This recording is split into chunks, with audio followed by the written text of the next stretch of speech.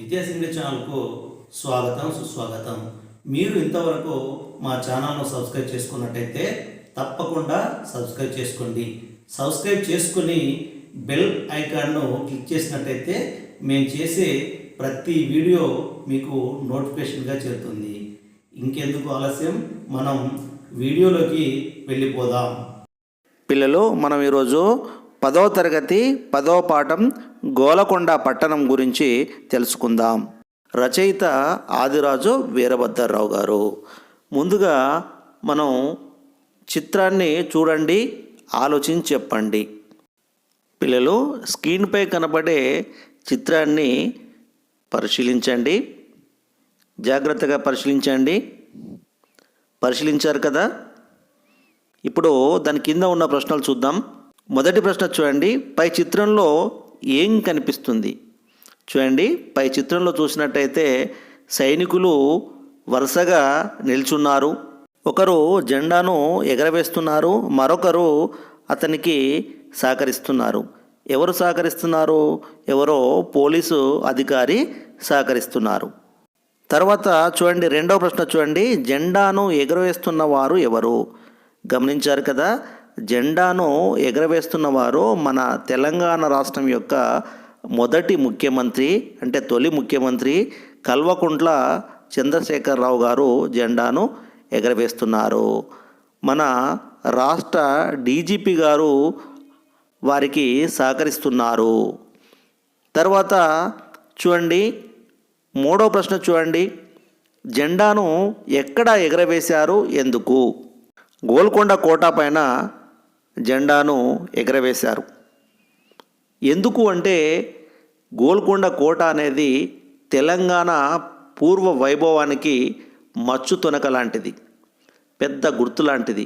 అందుకే ప్రత్యేక తెలంగాణ వచ్చిన తర్వాత, తెలంగాణ రాష్ట్రం సిద్ధించిన తర్వాత మన తెలంగాణ పూర్వ వైభవానికి మచ్చు తొనక అయిన గోల్కొండ పైన జెండాను ఎగరవేయడం జరిగింది. చూడండి, నాలుగో ప్రశ్న చూడండి, గోల్కొండ కోట ప్రత్యేకతలు మీకేమైనా తెలుసా? తెలిస్తే చెప్పండి. చూడండి, గోల్కొండ కోట అంటే ఒక కోట కాదు, 3 కోటలు. దాని చుట్టుకొలతనే దాదాపు 7 మైళ్ళు. గోల్కొండ కోట వైశాల్యం సుమారు 4 మైళ్ళు ఉంటుంది. 87 బురుజులు, 87 బురుజులు ఉన్నాయి చుట్టూ. 8 దర్వాజాలు ఉన్నాయి. ఇది గోల్కొండ కోట యొక్క ప్రత్యేకత. చూడండి పిల్లలు, ఈ గోల్కొండ కోట గురించి పూర్తిగా మనం ఈ పాఠంలో చెప్పుకుందాం. పిల్లలు, ఇప్పుడు పాఠం యొక్క ఉద్దేశం గురించి తెలుసుకుందాం.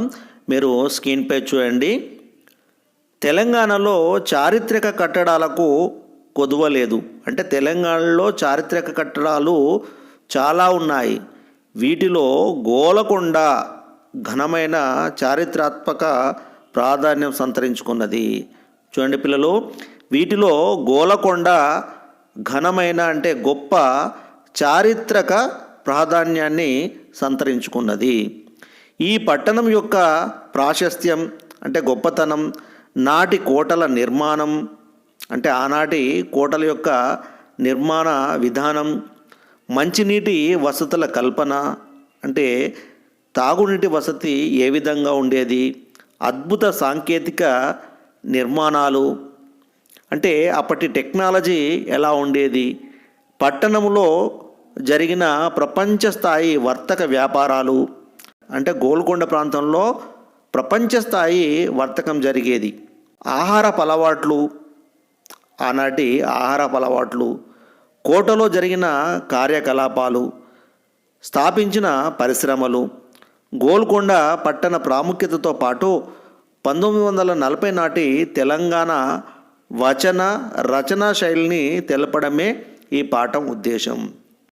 ఆనాటి గోల్కొండ కోట ప్రత్యేకతలు, అప్పటి టెక్నాలజీ, అప్పటి మంచినీటి వసతులు, కోట నిర్మాణం, వ్యాపారం అంటే వ్యాపారం ఎలా జరిగేది, ఆహారపు అలవాట్లు, అప్పుడు ఏ పరిశ్రమలు ఉండేటి, గోల్కొండ కోట యొక్క ప్రాముఖ్యత, అప్పటి ముఖ్యంగా రచనా శైలి ఎలా ఉండేది, అంటే రచనా శైలి ఎలా ఉండేది తెలపడమే ఈ పాఠం యొక్క ముఖ్య ఉద్దేశం. పిల్లలు, ఇప్పుడు పాఠ్యభాగ వివరాలను చూడండి, మీరు స్క్రీన్పై చూడండి. ఈ పాఠం వ్యాస ప్రక్రియకు చెందినది. ఇది ఏ ప్రక్రియ చెందింది? ఈ పాఠం వ్యాస ప్రక్రియకు చెందినది. వ్యాసం అంటే ఏంది మరి? వ్యాసం అంటే వివరించి చెప్పడం. వ్యాసం అంటే ఏంది? వివరించి చెప్పడం. చరిత్రను తెలిపే వ్యాసాన్ని చారిత్రక వ్యాసం అంటారు. ఇది మన దేశం యొక్క చరిత్ర కానీ, మన రాష్ట్రం యొక్క చరిత్ర కానీ, లేకుంటే ఒక రాజవంశం యొక్క చరిత్ర కానీ తెలిపేదాన్ని చారిత్రక వ్యాసం అంటారు. తెలంగాణ ప్రాంతంలోని కోటల నిర్మాణ వైభవాన్ని, అంటే తెలంగాణ ప్రాంతంలో కోటల నిర్మాణం యొక్క గొప్పతనాన్ని, విశిష్టతను తెలుపుతూ రాసిన వ్యాసమే ఈ పాఠం. అంటే ఈ పాఠం చారిత్రక వ్యాసానికి సంబంధించినది. ఈ వ్యాసం ఆదిరాజు వీరభద్రరావు రాసిన మన తెలంగాణము అనే వ్యాస సంపుటిలోనిది. ఈ వ్యాసం ఎక్కడి నుంచి తీసుకున్నారు అంటే మన తెలంగాణము అనే వ్యాస సంపుటి నుండి తీసుకోవడం జరిగింది. దాన్ని ఎవరు రాశారు? ఆదిరాజు వీరభద్రరావు గారు. పిల్లలు, ఇప్పుడు కవి పరిచయం తెలుసుకుందాం. మీరు స్క్రీన్పై చూడండి. కవి పరిచయం. చరిత్ర సాహిత్య పరిశోధకుడుగా ప్రఖ్యాతిగాంచిన ఆదిరాజు వీరభద్రరావు ఖమ్మం జిల్లా మధిర తాలూకాలో జన్మించి హైదరాబాదులో స్థిరపడ్డాడు. ఇక్కడ ఆదిరాజు వీరభద్రరావు గారు ఎక్కడ జన్మించారు? ఖమ్మం జిల్లాలో జన్మించారు. అతడు ఎప్పుడు జన్మించాడు? నవంబర్ 16, 1890లో జన్మించారు. ఎప్పుడు? నవంబర్ 16, 1890లో జన్మించారు. అతడు ఎక్కడ స్థిరపడ్డారు? హైదరాబాదులో స్థిరపడ్డారు. చరిత్ర రచనా కళలో ప్రామాణిక స్థాయిని అందుకున్న ఈయన ప్రాచీనాంధ్ర నగరములు, లలిత కథావళి, రత్నప్రభ, నవ్వుల పువ్వులు, మిఠాయి చెట్టు, షితాబ్ ఖాన్ అనే రచనలు చేశాడు. చూడండి పిల్లలు, చరిత్ర రచనా కళలో మంచి ప్రావీణ్యం కల వ్యక్తి ఎవరు? ఆదిరాజు వీరభద్రరావు గారు. ఇతని రచనలు కొన్ని చూద్దాం. అవి ప్రాచీనాంధ్ర నగరములు, లలిత కథావళి, రత్నప్రభ, జీవిత చరితావళి, జీవిత చరిత్రలు, నవ్వుల పువ్వులు, మిఠాయి చెట్టు, షితాబ్ ఖాన్ అనే రచనలు చేశారు. సంగ్రహాంధ్ర విజ్ఞాన కోశంలో 50 వ్యాసాలు రాశాడు. హైదరాబాద్ రేడియోలో తొలి ప్రసంగం చేసిన వాడిగా చరిత్రకెక్కాడు. చూడండి, హైదరాబాద్ రేడియోలో తొలి ప్రసంగం చేసిన వ్యక్తిగా గుర్తింపు పొందాడు. గ్రీకు పురాణ కథలు ఇంకా మరెన్నో వ్యాసాలు అముద్రితంగా ఉన్నాయి. ఇంకా కొన్ని ముద్రితం కాలేదు. అవి ఏంటి? గ్రీకు పురాణ కథలు, ఇంకా చాలా వ్యాసాలు, అవి ముద్రించబడలేదు. చాదర్ఘాట్ హై స్కూల్ హైదరాబాదులో ప్రధాన తెలుగు పండితుడిగా పనిచేశాడు. ఎక్కడ పిల్లలు? హైదరాబాద్లోని చాదర్ఘాట్ హై స్కూల్లో ప్రధాన తెలుగు పండితుడిగా పనిచేశాడు. లక్ష్మణరాయ పరిశోధక మండలికి కార్యదర్శిగా వ్యవహరించాడు. తన పాండిత్యం, పరిశోధనలతో తెలంగాణ భీష్ముడిగా పేరు తెచ్చుకున్నాడు. తన పాండిత్యం, పరిశోధనలతో తెలంగాణ భీష్ముడిగా పేరు తెచ్చుకున్నాడు. ఇతడు 28/9/1973లో కీర్తిశేషులైనారు. పిల్లలు, ఇప్పుడు విద్యార్థులకు సూచనలు చూడండి. మీరు స్క్రీన్పై చూడండి. మీరు ఏం చేయాలో సూచనలు చూడండి. పాఠం ప్రారంభంలోని ప్రవేశిక చదవండి. అంటే పాఠం చదవబోయే ముందు ప్రవేశిక చదవాలి. పాఠంలోని విషయాన్ని ఊహించండి. పాఠం చదవండి. అర్థం కాని పదాల కింద గీత గీయండి. ఒక పెన్సిల్ తీసుకొని మీకు అర్థం కాని పదాల కింద గీతలు గీసుకోవాలి. వాటి అర్థాలను పుస్తకం చివర ఉన్న పద విజ్ఞాన పట్టికలో చూసి లేదా నిఘంటువులో చూసి తెలుసుకోండి. మీకు అర్థం కాని పదాలు ఉంటాయి కదా, వాటిని ఏం చేయాలి? చివరికి పద విజ్ఞాన పట్టిక ఉంటుంది, అందులో చూడాలి. అందులో కూడా దొరకకుంటే మీరు నిఘంటువులో చూసి తెలుసుకోవాలి.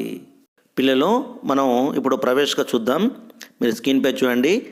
ఏ జాతికైనా ఏ ప్రాంతానికైనా తమ చరిత్రను మర్చిపోవడం అంత దురదృష్టం మరొకటి ఉండదు. అంటే చరిత్రను మర్చిపోవడం చాలా దురదృష్టకరం. తెలంగాణలోనే ఎంతో విశిష్టతను సంతరించుకున్న గోలకొండ పట్టణ వైభవాన్ని, నాటి అద్భుత నిర్మాణాలను వర్ణించడానికి మాటలు చాలవు. తెలంగాణలో ఎంతో విశిష్టతను సంతరించుకున్నటువంటి గోలకొండ పట్టణ వైభవాన్ని, గొప్పతనాన్ని, అప్పటి అద్భుత నిర్మాణాలను వర్ణించడానికి మాటలు చాలవు. చిరస్మరణీయమైన అంటే చిరకాలం స్మరించుకోదగిన ఈ కట్టడంలోని సాంకేతిక నైపుణ్యాన్ని, అంటే కట్టడంలో వాడిన టెక్నాలజీని ఎందరో చరిత్రకారులు అభివర్ణించే ప్రయత్నం చేశారు.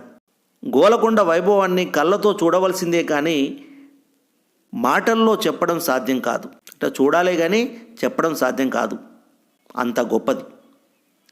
ఆదిరాజు వీరభద్రరావు ఆ ప్రయత్నం చేశాడు. ఆయన మాటల్లోనే గోలకొండ పట్టణ విశేషాలను, నాటి పరిస్థితులను ఈ పాఠం చదివి తెలుసుకోండి. ప్రత్యక్షంగా చూసిన అనుభూతిని పొందండి. దీని తర్వాత భాగం వీడియో చూడాలంటే మీరు స్క్రీన్పై కనపడే వీడియోపై క్లిక్ చేసి చూడొచ్చు.